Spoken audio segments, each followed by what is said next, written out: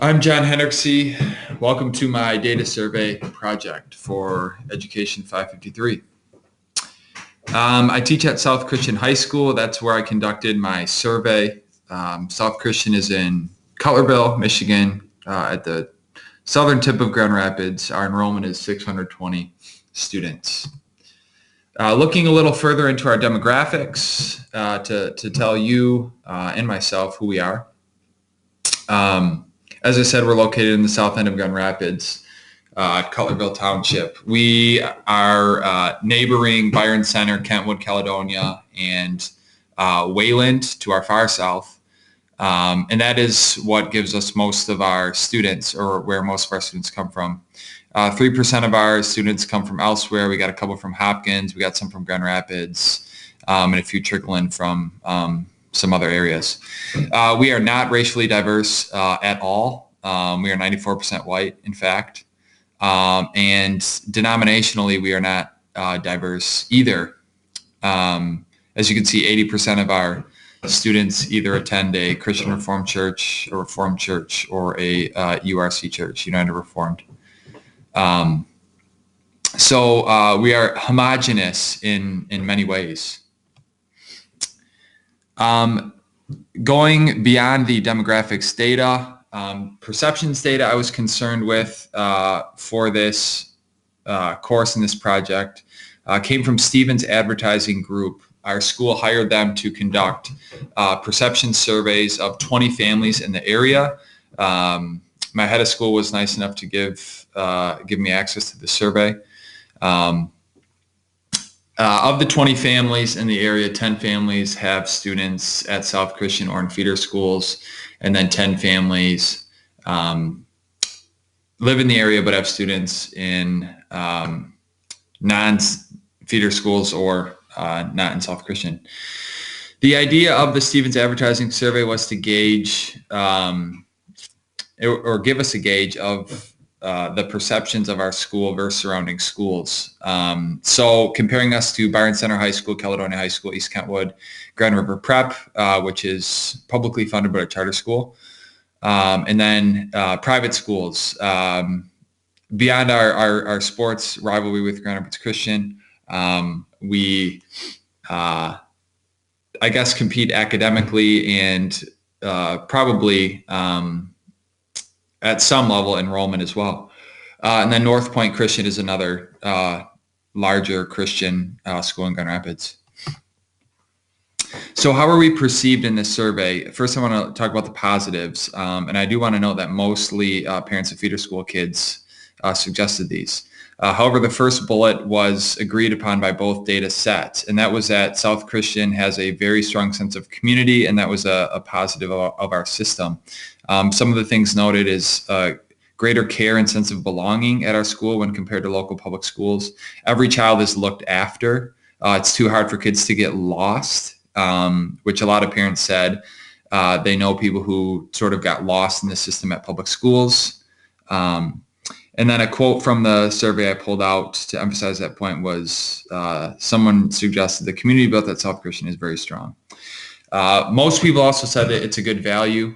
And then another quote explaining that the perceptions from every respondent is that the value of an SCHS education far surpasses the dollar amount paid in tuition. And most people were also favorable of teaching. They thought teachers cared in the classroom, but also cared outside the classroom, and they liked that the teachers are part of the student's life in the church community and just elsewhere around the school. Negatives, or things we can improve on. Parents suggest that we're not as strong in academics as some of our competitors. Grand Rapids Christian High School is generally looked at as having higher academic standards. And Caledonia High School is noted for having strong AP courses and many offerings. Some people suggested also we're just a sports school, and it was a critique that our music program is not as big as the large music program at Byron Center High School. So what did I focus on? I wanted to focus on studying the AP curriculum and the benefits of the AP curriculum beyond just the scores of 1, 2, 3, 4, 5 and getting college credit. I selected this because we have a growing AP program at our school. And I also teach an AP course to sophomores, but I also teach regular U.S. history to juniors. So I see sort of the AP track students versus the non-AP track students. I wanted to look at the benefits of AP, again, beyond just the college credit, and see if it would be worth expanding it to a broader base and making it more inclusive. So what I did was I compared 20 AP students with 20 random non-AP students at our school. And I wanted to measure their planned score specifically in English and reading, as the AP courses are intensive in reading and writing. I thought those two aspects of the plan test would be applicable.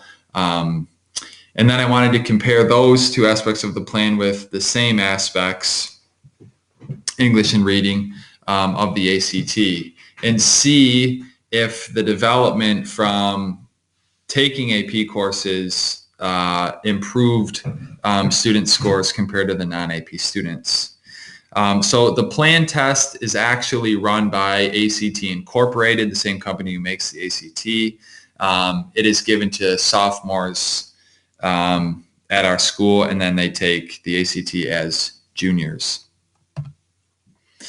So the AP students, here is sort of their track at our school. Sophomore year, they'll take the plan in the fall, and they're assessed on English and reading and math and science, but I'm only concerned with English and reading for the sake of this data.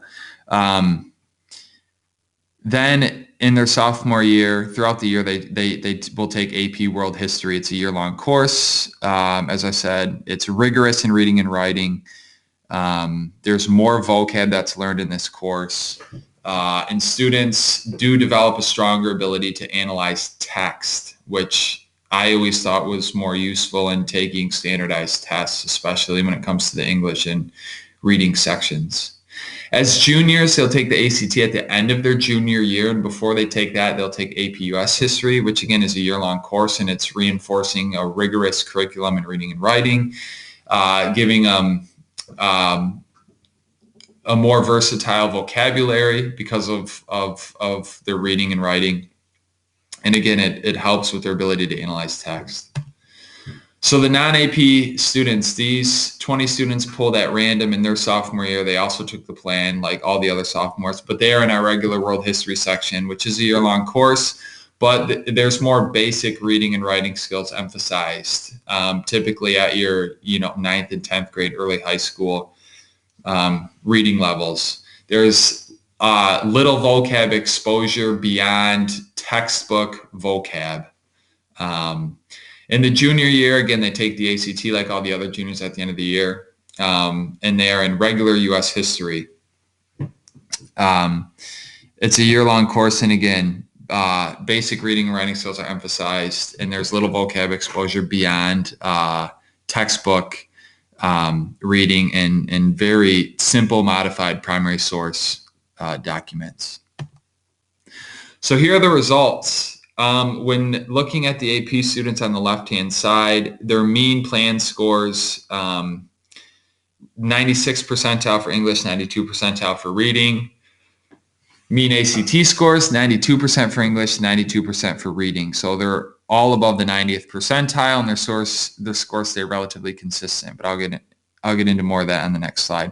For non-AP students, the 20 pulled at random, the mean percentile for plan scores in English was 80%, and reading it was 77%. And then if you look at their mean ACT scores as juniors, their English was 65 and the reading was 64%. So looking at this further, you can see that the AP students' data in terms of English scores from plan to ACT decreased by only 4%, and the reading scores remain unchanged from sophomore to junior year. Now, if we hop over to the non-AP students, their English scores decreased by 15% from their plan score to the ACT, or from sophomore to junior year, and their reading scores decreased by 13% on the from from the plan to the ACT, excuse me. I did want to note that for both results, neither scores improve when looking at percentiles.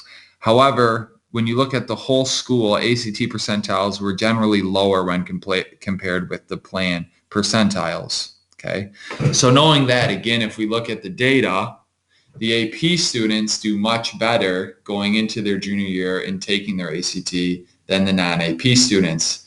Not just overall, but they either maintain or very slightly drop off compared to those planned scores, whereas the non-AP students don't maintain and there's a bigger drop off, even though the whole school in general, based on looking at percentiles, drops off. So what's next? As a result, I believe this does suggest that we should offer more AP courses and have more inclusion in our AP program, meaning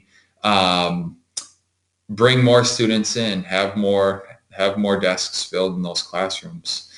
And I also think this fits our homogeneous setting. Because we are homogeneous, we have students who share the same culture, the same upbringing, race, language, all of that stuff, which can make expanding certain course offerings easier than in other situations. I also think by bringing more people into AP, they'll improve in the humanities, and that will enhance their English and reading skills, which benefits them in many ways. There's obviously more benefits for college testing. If their ACT scores improve, that opens up the door to more grant money, more aid money, and maybe even college acceptance to higher tier universities. This will also be appeasing to potential students. If we say, hey, if you come here, we'll open up our doors to the AP program to you. And you don't have to meet, certain benchmarks to get into these courses. And lastly, getting back to the perception survey, I think this will make us more competitive with our neighboring schools because it was clear that parents in the perception surveys were concerned with having rigorous academic programs, including the AP. So this could help in that regard. And lastly, I just want to leave with a quote from our strategic plan. It says this: our challenge is to offer innovative academic excellence combined with reformed distinctiveness while renewing ourselves to engage with future generations of young people. I do believe AP is sort of where we're heading. As colleges get more expensive, it's a good way for students to save money. And it is a good way for them to get the rigor before heading off to four-year universities. These are my sources. Thank you for listening. That's it.